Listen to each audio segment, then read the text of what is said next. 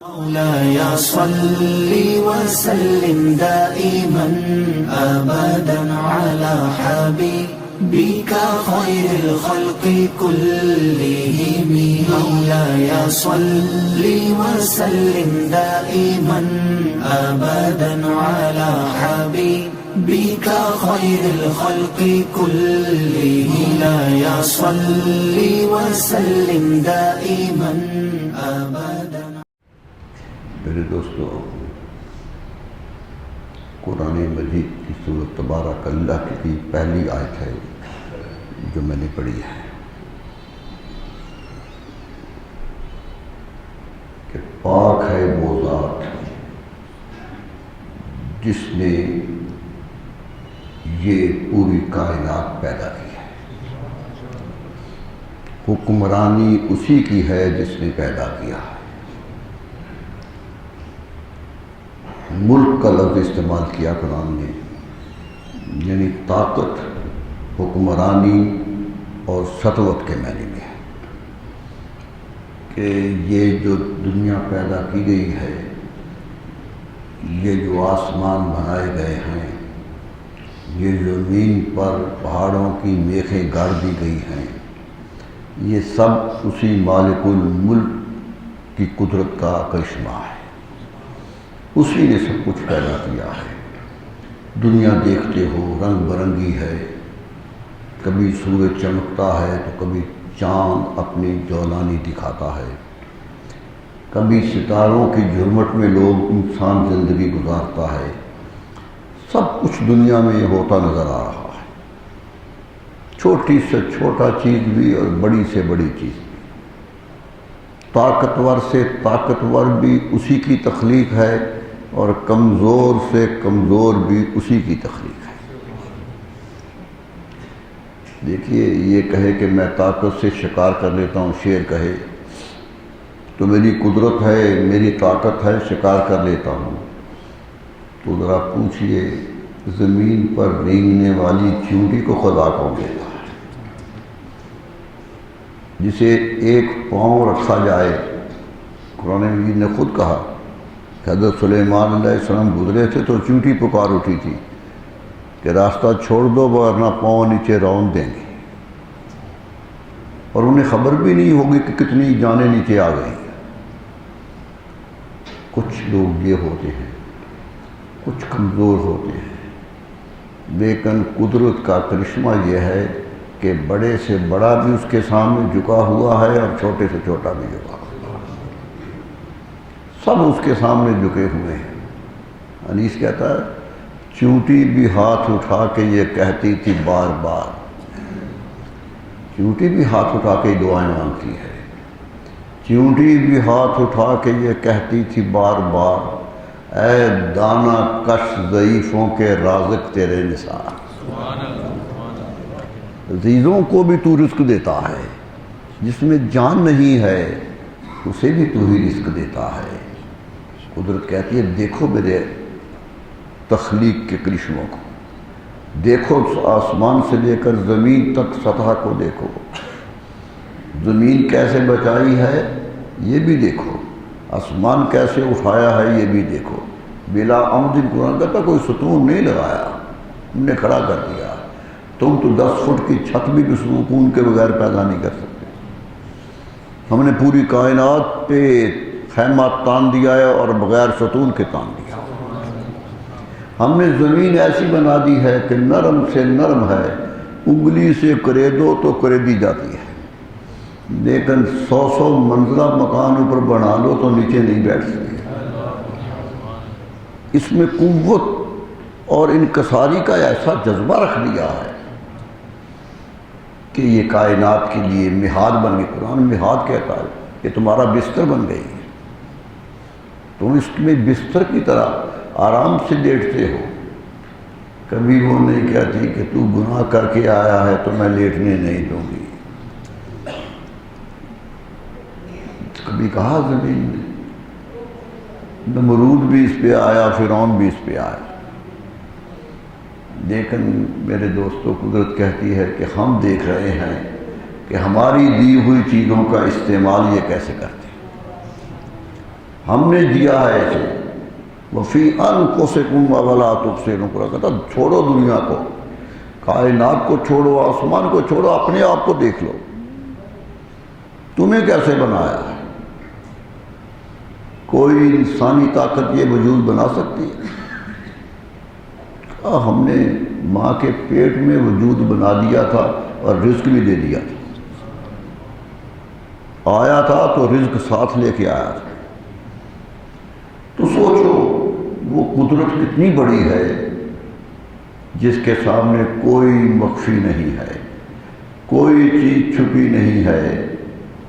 حضرت مولانا روم علیہ السلام ایک حکایت لکھتے ہیں، کہتے ہیں ایک عورت، جوان عورت کسی صحرا سے گزر رہی تھی، خوبصورت تھی، جوان تھی، گزر رہی تھی، راستے میں چھوٹا سا جھنڈ آ گیا کھجوروں کا، وہاں ایک مالی کام کر رہا تھا۔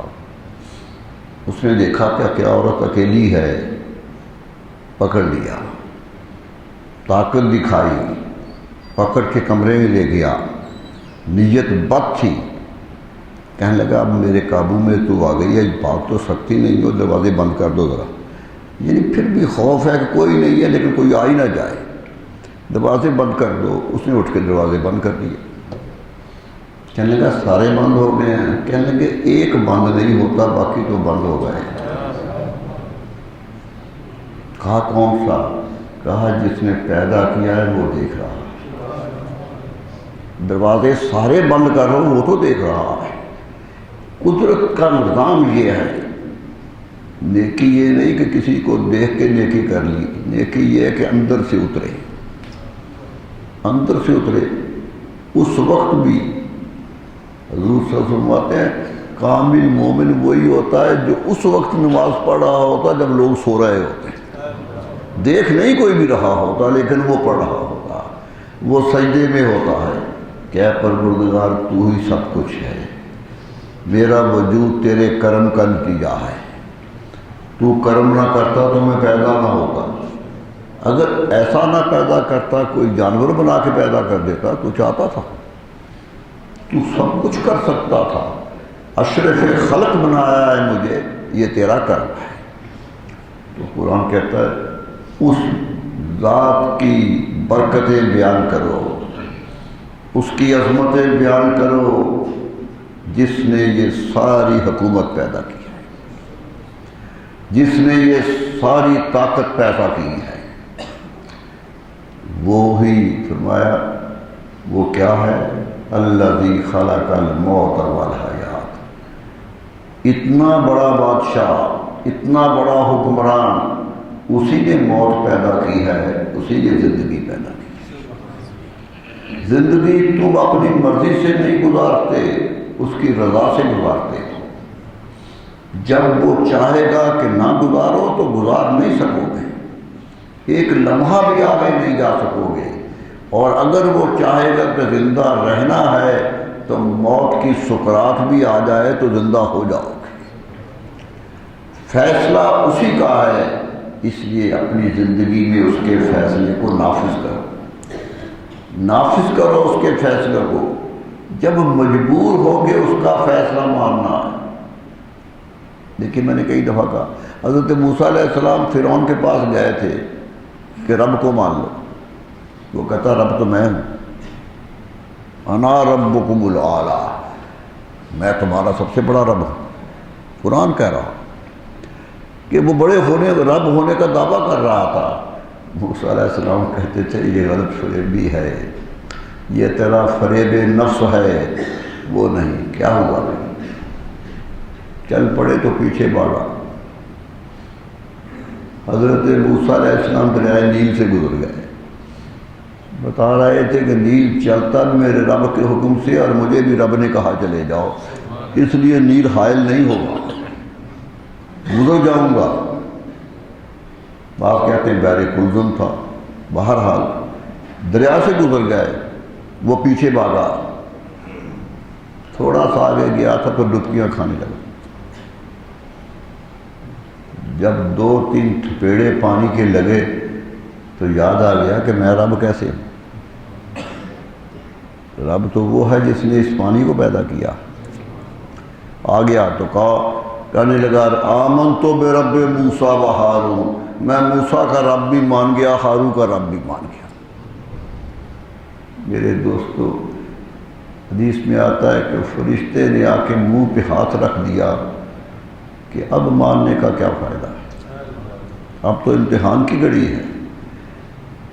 یہی نصیحت تھی انسان کو کہ ساری عمر اللہ کی بغاوت میں گزار دیتے ہو، آخری عمر پہ توبہ کرنے لگتے ہو۔ زندگی میں توبہ کر، توانائی جب پوری طاقت جس میں ہو تو اس وقت توبہ گردن فروزان نکوس، کہتے ہیں جس کی گردن اونچی ہو وہی توبہ کرے تو اچھی لگتی ہے، توبہ اسی کی اچھی لگتی ہے۔ در جوانی توبہ کردم شیوائے پیغمبری، شیخ سعدی علیہ الرحمہ کہتے ہیں جوانی میں توبہ کرنا پیغمبروں کا کام ہوتا ہے، یہ کام کرو۔ وقت پیری گرگ ظالم میشور پرویزگار، جب بھیڑیا ظالم بھیڑیا روز شکار کرتا ہے، جب ہمت نہیں رہتی تو وہ بھی پرہیزگار ہو جایا کرتا ہے۔ تو پرہیزگاری بڑھاپے کے اثرات سے نہ آئے، جوانی کے خمار میں آئے۔ آپ موت میں نے پیدا کی ہے، نہ ڈرو اس سے۔ زندگی بھی میں نے، تمہیں کیا خبر تھی میں تمہیں زندہ کرنے لگا؟ کیا خبر تھی؟ ارے ماں باپ کو خبر نہیں ہوتی جی، جو چاہتے ہیں اولاد ہو جائے۔ ہم نے پیدا کیا، باتیں بھی ہم ہیں، نہ آنے پہ تمہاری مرضی تھی نہ جانے پہ تمہاری مرضی ہے، اس لیے زندگی کو مرضی سے گزارو، یہ زندگی مرضی سے گزارو اللہ کی مرضی سے، تاکہ آنا بھی خوش قسمت ہو جائے، جانا بھی خوش قسمت ہو جائے۔ یہاں ایک بات ذہن میں رکھیے گا، ہمارے ہاں تصور ہے کہ مر گئے تو ختم ہو گئے، مٹی ہو گئے۔ موت کیا ہے، انہی اجزاء کا پریشان ہو رہا، شاعر کہتا ہے کہ یہ جسم کے اجزاء بکھر جائیں تو موت آ جاتی ہے۔ اسلام کہتا نہیں، نبی صلی اللہ علیہ وسلم فرماتے ہیں الموت و جسر، موت تو ایک پل ہے جس سے ایک علاقے سے گزر کے دوسرے علاقے میں جانا ہے، یہ تو پل ہے، گزرنا ہے، یہاں سے گزرو گے ادھر جاؤ گے، نہ ادھر کی دنیا اللہ کے حکم سے خالی ہے، نہ ادھر کی دنیا اللہ کے حکم سے خالی ہے۔ حکمران تو ایک ہی ہے، یہاں بھی وہی حکمران ہے، وہیں بھی وہ حکمران، یہاں تمہیں کہا کچھ کام کر لو، وہاں کام کا اجر لے کے، یہی سبق دیا کہ کچھ کام کر کے آؤ اجر مل جائے گا، کچھ بہتریاں کر کے آؤ اس کا انعام ملے گا۔ فرمایا ایک نیکی کر کے آؤ گے تو 10 نیکیوں کا ثواب دے دیں گے۔ کرم برائے کرم کو دیکھیے کہ ایک نیکی کر کے آؤ تو 10 نیکیوں کا ثواب ہے۔ قرآن کہتا ہے فَلَوْ عَشْرُ أَمْثَالِهَا، 10 نیکیاں بنتی ہیں ایک نیکی پر۔ اور فرمایا جو گناہ لے کے آئیں گے فَلَا يُجْزَى إِلَّا مِثْلُهَا، اس کا وہ ایک بدی کا ہی نقصان دیں گے، زیادہ نہیں دیں گے۔ دیکھیے اگر نیکی زیادہ کرنی تھی تو بدی بھی زیادہ کر دیتے۔ فرمایا نہیں، یہ ہمارا کرم ہے، نیکی بڑھا دیتے ہیں، بدی کو بڑھاتے نہیں ہیں۔ اس لیے بدی سے بچنا بڑا آسان ہے کہ وہ ایک بدی ہی ہے۔ بچو، قدم قدم پہ اللہ کا حکم سامنے رکھو، بیچ دو اپنی زندگی کو اللہ کے حکم پر، تو پھر کامیابی ہے، پھر موت نہیں رہتی۔ یہ بات اسلام نے کہی تھی، خلق الموت، موت کو تخلیق کیا ہے۔ موت بھی ایک خلق ہے جس طرح زندگی خلق ہے، میں جس طرح زندگی بنائی ہے اسی طرح موت بنائی ہے، دونوں کی تخلیق ہے۔ مقصد صرف ایک ہے، لِيَبْلُوَكُمْ أَيُّكُمْ أَحْسَنُ عَمَلًا، ہم نے صرف آزمائش کرنی ہے کہ تم میں سے احسن عمل لے کے کون آئے گا، اچھے عمل کون لائے گا، یہ دیکھنے کے لیے موت اور زندگی بنائی ہے۔ دیکھ لو جن کے اچھے اعمال ہوتے ہیں زندگیاں کتنی آرام سے گزرتی ہیں۔ ارے وہ تو چھلانگ بھی لگا دینا، جلتی ہوئی آگ میں ابراہیم علیہ السلام نے چھلانگ لگا دی۔ ادھر نے کہا زندگی ہم نے دینی ہے، اس آگ نے نہیں مٹانی ہے، اس فرعون کے حکم سے آپ کی موت نہیں آنی ہے، ہم نے دینا ہے۔ تو کیا ہوا؟ قُلْنَا يَا نَارُ كُونِي بَرْدًا وَسَلَامًا عَلَىٰ، ہم نے عرش سے آواز دی کہ آگ ابراہیم پہ ٹھنڈی ہو جا، جلتی ہے تیرا کام جلانا ہے، یہ بھی ہمارا ہی حکم ہے کہ تو جلا رہی ہے، آج ہم حکم دے رہے ہیں کہ نہ جلا، آج سلامتی والی بن جاؤ۔ تو بتا دیا کہ جو کچھ آ رہا ہے میرے رب کے حکم سے آ رہا ہے۔ یہ بات میں نے پہلے بھی کہی تھی کہ جب ابراہیم علیہ السلام کو پھینکا گیا نا منجینیق میں رکھ پر، جس طرح گولا رکھ کے پھینکتے ہیں دودھ گرتا، اس طرح رکھ کے پھینکا گیا تھا، اور کئی فاصلے پر گرے تھے، وہ قریب بھی نہیں آ رہے تھے، آگ اتنی زیادہ تھی، ڈر رہے تھے جلانے والے بھی خود آگ سے۔ دور سے پھینکا، جب دور سے پھینکا جائے تو اونچا جاتا ہے اور اونچا ہو کے پھر نیچے گرتا ہے۔ جب اونچا گئے تو جبریل آ گئے کہ ابراہیم حل لک حاجت یا ابراہیم، ابراہیم علیہ السلام کوئی حاجت ہے تو مجھے بتائیے، میں بڑا تیز رفتار ہوں، میں نے تو کنارے سے رسی کانٹی تھی حضرت یوسف علیہ السلام کی، تو میں نے پانی میں نہیں گرنے دیا، میری رفتار یہ ہے، بتائیے۔ فرمایا حاجت تو ہے، بندہ حاجت مند رہتا ہے ہمیشہ، لیکن تجھ سے نہیں ہے۔ یہ تھا قربان کہ تجھ سے نہیں ہے، جو آزما رہا ہے وہ دیکھ رہا، وہ دیکھ رہا ہے، میں اس کے امتحان سے کیسے بغاوت کروں؟ اس کا امتحان ہے، وہ بڑوں کا امتحان لیتا، چھوٹوں کا تو لیتا ہی نہیں، وہ تو لیتا ہی بڑا، بنانا بڑا ہو تو امتحان بھی بڑا ہوتا ہے۔ ارے پرائمری پاس کے بچے کو ایم اے کا پرچہ نہیں دیا جاتا، یہ کبھی نہیں ہوتا، جو اس منصب پہ پہنچتا ہے اسی کا امتحان لیا جاتا ہے۔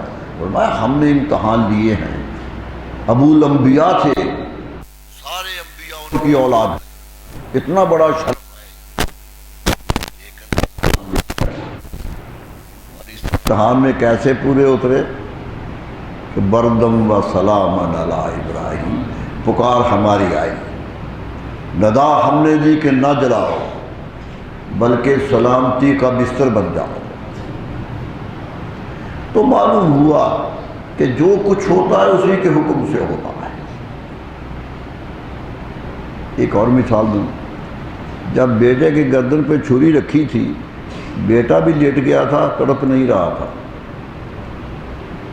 اور باپ بھی پورے جوش میں تھا، اور چھری بھی تیز تھی، پتھر پہ رگڑ رگڑ کے تیز کی تھی،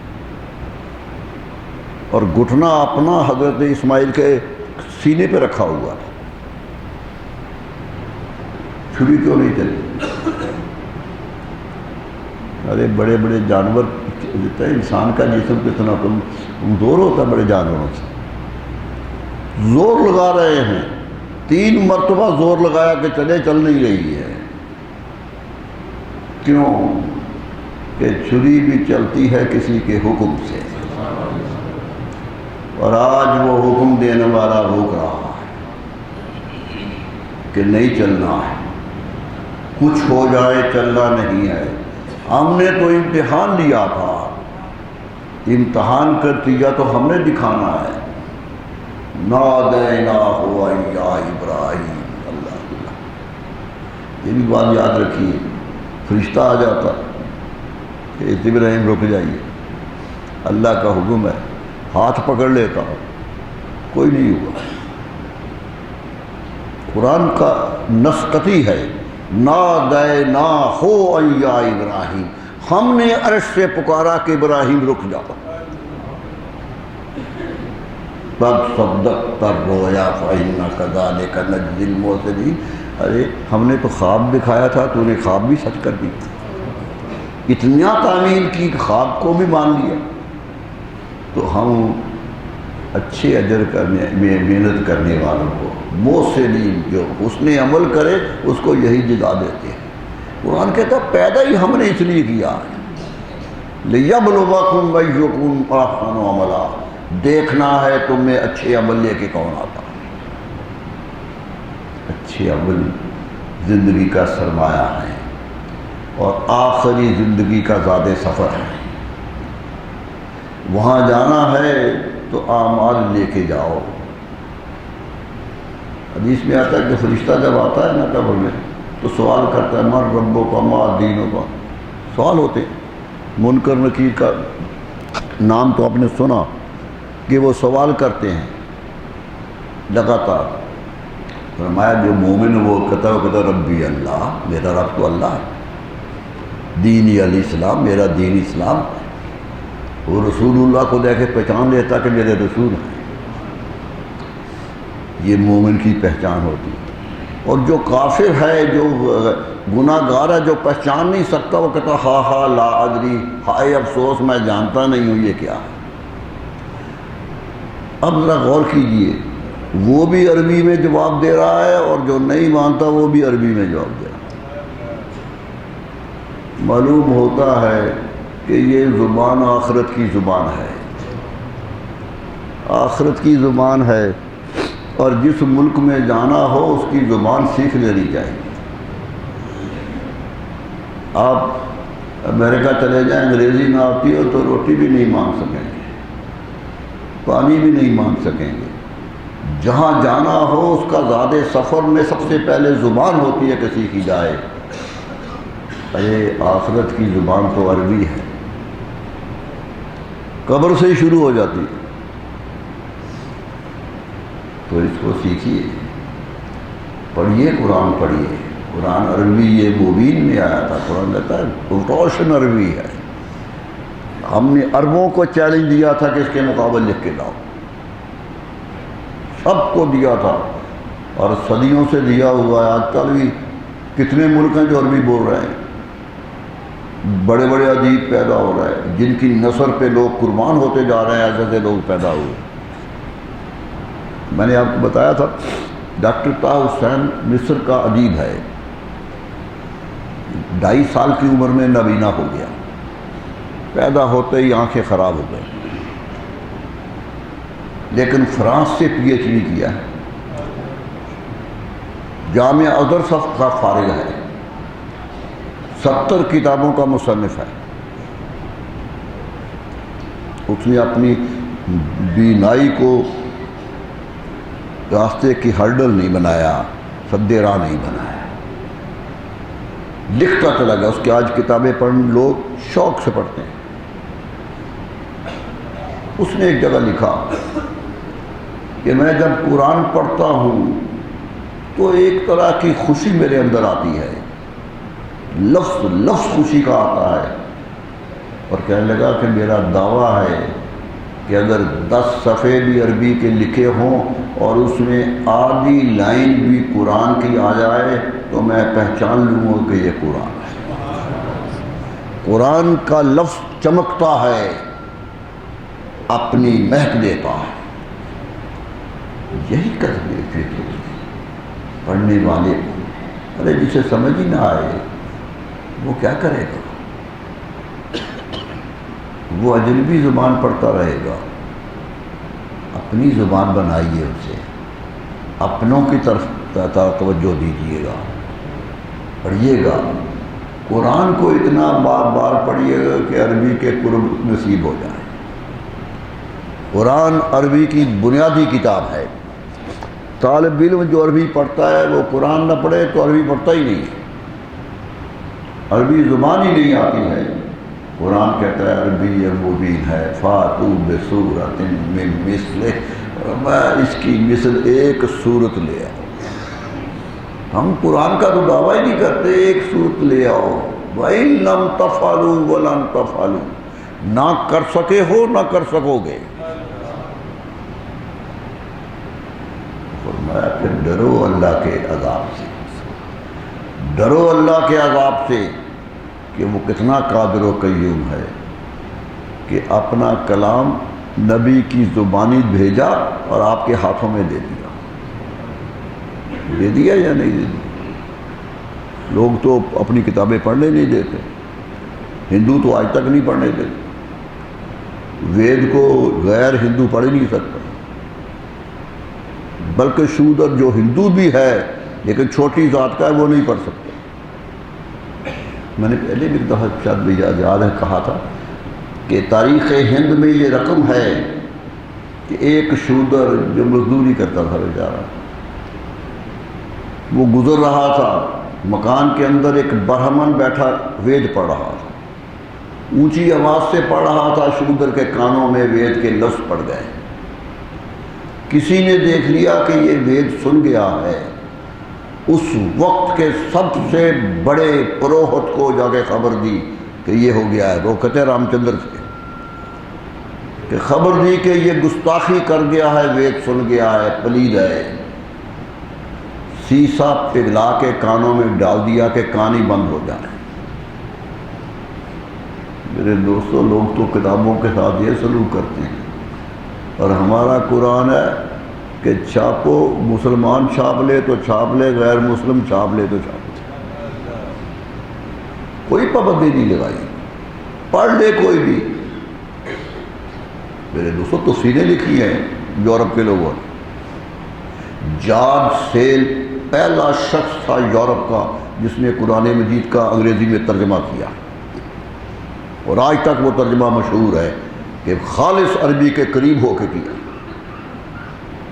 پکتھال نے ترجمہ کیا، آج چھپتا ہے گلوریس قرآن کے نام سے، لیکن یہ تو قسمت تھی نا، جب قرآن کا ترجمہ کرتے کرتے آخر پہ پہنچا تو مسلمان ہو گیا، انگریز ہو کے ترجمہ شروع کیا، مسلمان ہو گیا۔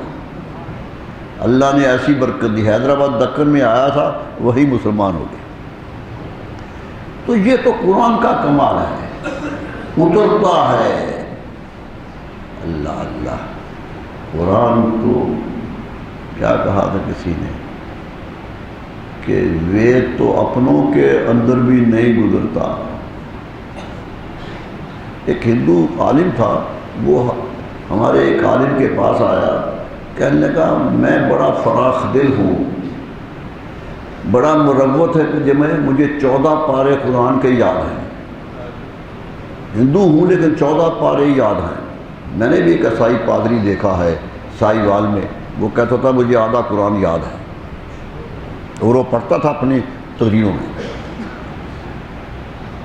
وہ کہنے لگا مجھے 14 پارے یاد ہیں، کہنے لگا مولانا آپ کو کتنا میرا وید یاد ہے؟ اس نے کہا مجھے تو ایک لائن بھی نہیں آتی۔ میں نے کہا تعصب ہے نا آپ کا، ہماری کتاب نہیں پڑھتے، ہم آپ کی کتاب پڑھتے ہیں۔ مولانا گھبرا گئے، یہ حملہ بڑا تیز تھا، کہنے لگے برہمن جی یہ بات نہیں ہے، تیرے قرآن تیرے وید میں کوئی خوبی نہیں ہے کہ وہ انسان کے دل میں اتر جائے، تو خود وید کو ماننے والا بتا تجھے کتنا یاد؟ میں نے کہا یاد تو مجھے بھی نہیں ہے۔ میں کہا دیکھ لو، نہ دوست کے سینے میں اترتا ہے نہ دشمن کے سینے میں اترتا ہے، میرا قرآن دوست کے سینوں میں تو اترتا ہے، دشمن کے سینے میں بھی چلا جاتا۔ یہ ہے مجھے اللہ نے حکمت دی۔ تو میرے دوستو، قدرت کہتی ہے کہ آؤ دین کی طرف آؤ، موت آنے والی ہے، وہ انتظار میں ہے انسان کے، انسان مقدر طے ہو چکا ہے، اس کے لیے محنت کرو۔ لیکن ایک بات کہتا ہوں، موت بھی زندگی بن جاتی ہے جب مقصد سے گزار دی جاتی، زندگی ہو جاتی ہے۔ دیکھیے آپ اپنے گھروں میں رہتے ہیں، کتنے لوگ آپ سے کوئی سوال کرنے آتے ہیں،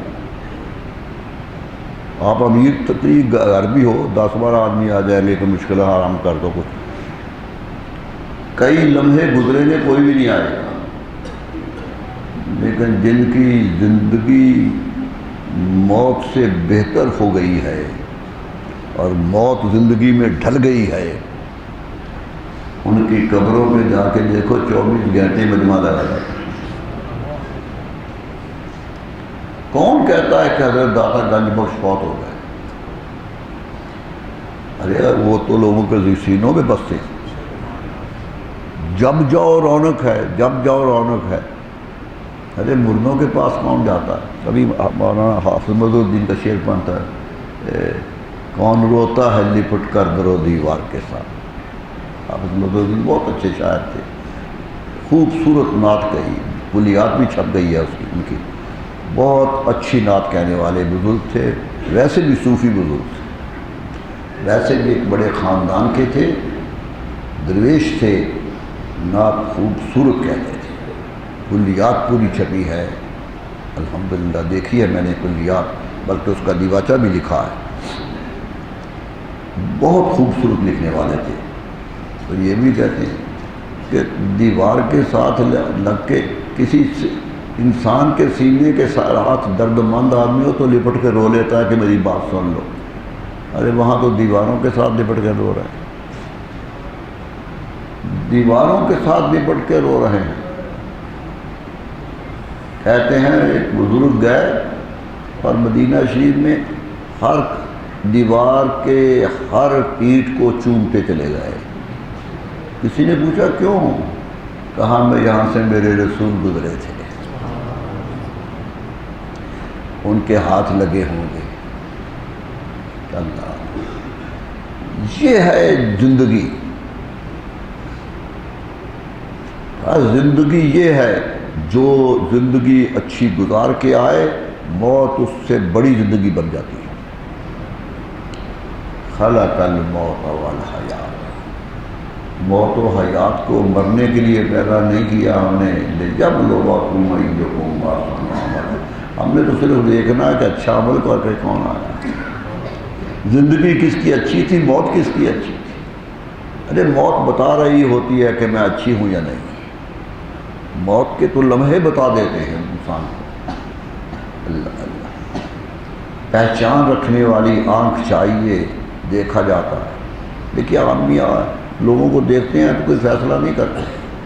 ابو جہل ایک بڑے پڑھے لکھے کو لے آیا میرے رسول صلی اللہ علیہ وسلم کے پاس کہ یہ دعویٰ نبوت سوال کرو ان سے، اور کہتا تھا یہ جھوٹا دعویٰ کرتے ہیں، سوال کرو۔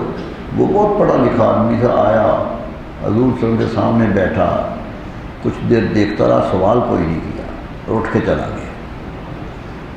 ابو جہل نے پوچھا میں تو تمہیں سوال کرنے کے لیے لایا تھا؟ کہتا سوال کیا کرنا ہے، یہ چہرہ جھوٹے کا ہو ہی نہیں سکتا۔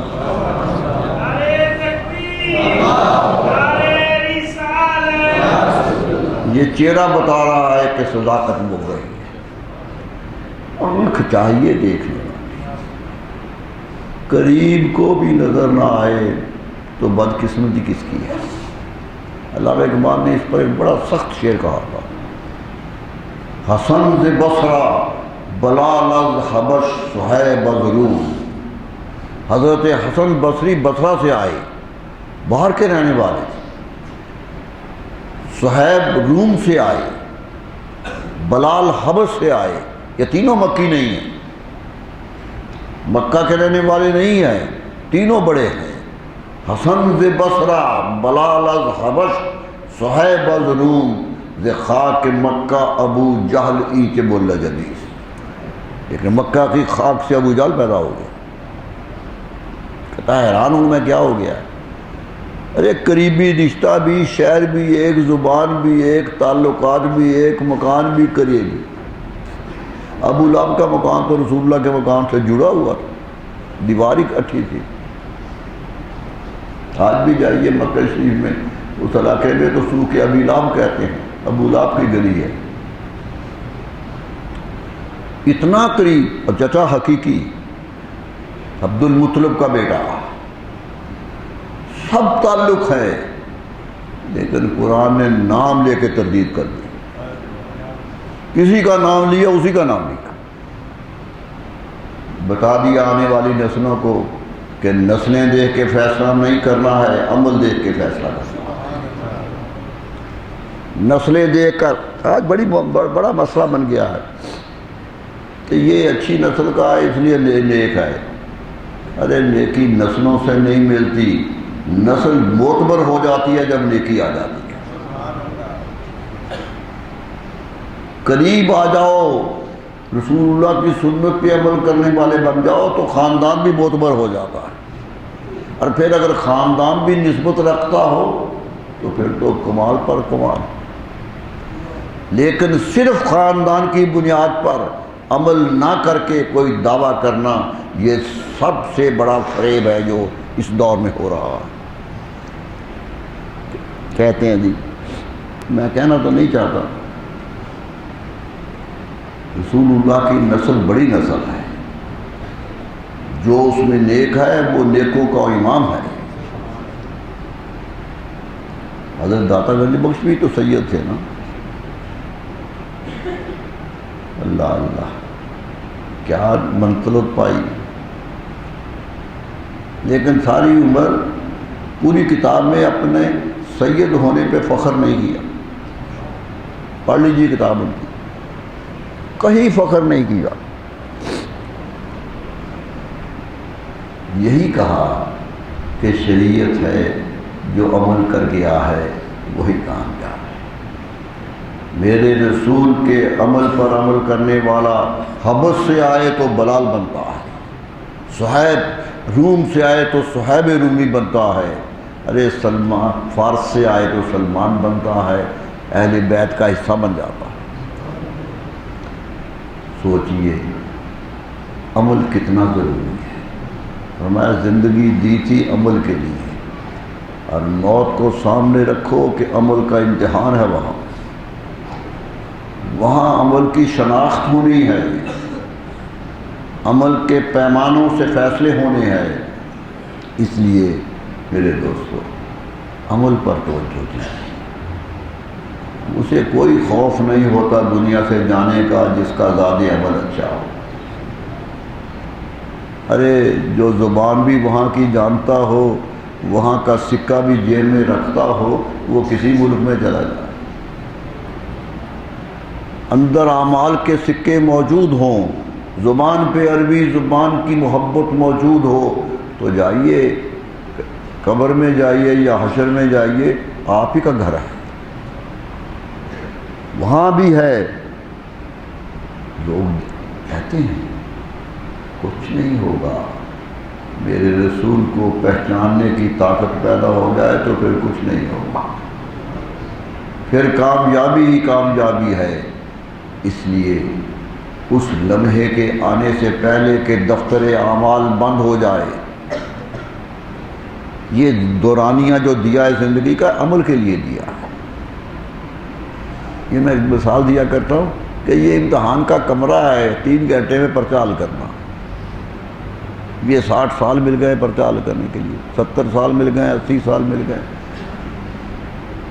اس کے بعد کمرہ امتحان سے طالب علم باہر آ جائے اور اسے یاد آ جائے کہ یہ چیز لکھنی تھی، تو پھر نہیں لکھی جاتی. اندر بیٹھے ہوئے یاد آئے، اور اندر تبھی یاد آئے گا کہ اچھی طرح یاد کر کے جاؤ گے. انہی کا نام لیتے رہو. اللہ اللہ. رنج میں، غم میں، مصیبت میں، پریشانی میں، کتنی دنیا کی تکلیفیں ہیں. رنج میں، غم میں، مصیبت میں، پریشانی میں، کوئی اپنا نہیں مشکل میں نہ آسانی. کسی پہ بھروسہ نہ کیجیے کہ یہ میرا ہے. سن کے آیا ہوں میں یہ بے سر و سامانی میں، وہ نہیں ڈوبتا طوفانوں کی طغیانی میں، جس کی کشتی ہو محمد کی نگہبانی. وہ نہیں ڈوبتا طوفانوں کی طغیانی میں. کتنے طوفان آ جائیں اسے ڈبو نہیں سکتا پانی بھی، اسے قبر بھی خاک نہیں بنا سکتی. وہ جب بھی نکلیں گے تو یہی ہوگا، آخرت میں دیدار رسول ملنے والے کی توقع پہ نکلیں گے، یہی نکلیں گے. یہ ذہن میں رکھ کے جائیے، ایک مقصد حیات بنا کے رہیے. وہ مقصد حیات زندہ رہے تو کامیابی ہی کامیابی ہے. ہم بزرگان دین کو مانتے ہیں اس لیے کہ ہم نے ان کی 40، 50، 100 سال کی زندگی دیکھی ہے، اور اور دیکھی ہے کہ وہ زندگی کس طرح صراط مستقیم پہ چلی ہے، اس لیے ہم ان کی خوشی مناتے ہیں، عرس مناتے ہیں۔ عرس کا منع تو خوشی ہوتا، ارے وہ تو دنیا سے چلے گئے، ہم خوشی منا رہے ہیں۔ کیوں؟ ان کی کامیابیوں پہ منا رہے ہیں کہ وہ آخرت کامیاب لے گئے، وہ زندگی کامیابی سے گزار گئے ہیں، اس لیے آخرت کی کامیابیوں پر ہم خوشی کرتے ہیں۔ اصل خوشی وہی ہے، اصل خوشی وہ ہے جس کو مل گئی ہے، اس لیے بزرگان دین کے دن مناتے ہیں۔ اللہ اللہ، میں نے پہلے بھی کہا تھا، ایک طالب علم بار بار پوچھتے ہیں یہ سوال، یہ پوچھتے ہیں کہ رسول اللہ کا عرس کیوں نہیں مناتے؟ داتا گنج بخش کا منواتے ہیں، خواجہ معین الدین چشتی اجمیری کا مناتے ہیں، حد رسول اللہ کو کیوں نہیں مناتے؟ تو میں انہیں کہتا ہوں عرس تو آخری زندگی میں فیصلہ ہے کہ یہ 40-50 سال کی زندگی نیکی سے گزار گئے ہیں، اس لیے ہم عرس منا رہے ہیں کہ کامیاب ہو کے رہے۔ نبی تو آتا ہی کامیاب ہے، نبی تو اعمال کی بنیاد پہ نہیں تولا جاتا، نبی اپنے منصب کی بنیاد پہ آتا، اس لیے ہم ان کا آنا مناتے ہیں، ان کا آنا مناتے ہیں۔ اور یہ کئی لوگوں نے مجھے چٹھیں بھی بھیجی کہ آپ نے کیسے کہہ دیا، میں بڑی تصدیق سے یہ بات کہہ رہا ہوں۔ رسول اللہ کی پیدائش بھی سوموار کی ہے، وفات بھی سوموار کی ہے، پیدائش بھی 12 ربیع الاول کی ہے، دنیا سے گئے بھی 12 ربیع الاول، یقین ہے مجھے اس پر۔ کیوں؟ اگر 2 دن ہوتے تو ہم 2 دن میں آ گئے۔ قدرت کو منظور ہی نہیں ہے کہ ان کی وفات منائی جائے، اس نے جانے کو بھی آنے کے اندر رکھ دیا کہ مناؤ آنا ان کا۔ لوگ پوچھتے ہیں جی حضور دنیا سے گئے بھی تھے نا؟ جی ہاں، ایمان ہے ہمارا، انک میت و انہم میت، قرآن کی آیت ہے۔ تو کہتے ہیں پھر اس کا ذکر کیوں نہیں کرتے؟ لیکن میں تقریروں میں کبھی ایک آدھ واقعہ ذکر کروں، زیادہ نہیں کرتا۔ تو ان کا جانے کا ذکر کیوں نہیں کرتے، آنے کا ذکر کرتے ہیں؟ تو میں نے ہنس کے کہا تھا کہ لوگوں کیا کریں، آنے کے تذکرے ہی ختم نہیں ہو رہے کہ جانے کی بات کریں۔ ان کے آنے کی برکات ہی اتنی آ گئی ہیں کہ وہی گنی نہیں جا رہی، اور ہمیں تو یقین ہے کہ وہ گئے بھی نہیں۔ ہم تو یہ یقین رکھتے ہیں کہ وہ گئے نہیں ہیں۔ حیاتی خیر لکم و مماتی خیر لکم، میرا رہنا بھی خیر ہے، میرا جانا بھی خیر ہے۔ آج بھی وہ ہمارے لیے خیر ہی خیر ہے۔ آج بھی جہاں سے پکارو دیکھو وہ کہاں ہیں۔ آخری بات کہہ کے اجازت ہوں گا، پہلے بھی کہی تھی، خواجہ شہاب الدین سہروردی بہت بڑے بزرگ ہیں، سہروردیہ سلسلے کے امام ہیں، شیخ بہاؤالدین زکریا ملتانی کے پیر ہیں، ملتان والی گدی کے پیر ہیں۔ ان کی کتاب عوارف المعارف تصوف کی بہت زبردست کتاب، بلکہ میں جب کسی صوفی سے ملتا ہوں تو پوچھتا ہوں کہ عوارف المعارف پڑھی ہے؟ نہیں پڑھی ہوتی تو مجھے اس کے صوفی ہونے پہ شک ہوتا۔ تصوف کی بنیادی کتاب ہے، اس میں لکھتے ہیں کہ کسی نے مجھ سے پوچھا کہ یہ بتائیے دنیا میں سب سے، کائنات میں بلکہ سب سے قیمتی جگہ کون سی ہے جس کا شرف زیادہ ہے؟ تو میں نے کہا اس میں بھی کوئی شک ہے؟ وہ جگہ جو میرے رسول کے جسم سے لگی ہوئی ہے وہی قیمتی ہے، سب سے قیمتی وہ جگہ جو میرے رسول کے جسم سے جڑی ہوئی ہے۔ اس نے کہا حضور جنت نہیں ہے؟ تمنا کرتے ہیں کہ یا اللہ جنت دے دے، وہ نہیں ہے؟ فرمایا ہاں وہ بھی ہو جائے گی جب میرے رسول وہاں چلے جائیں۔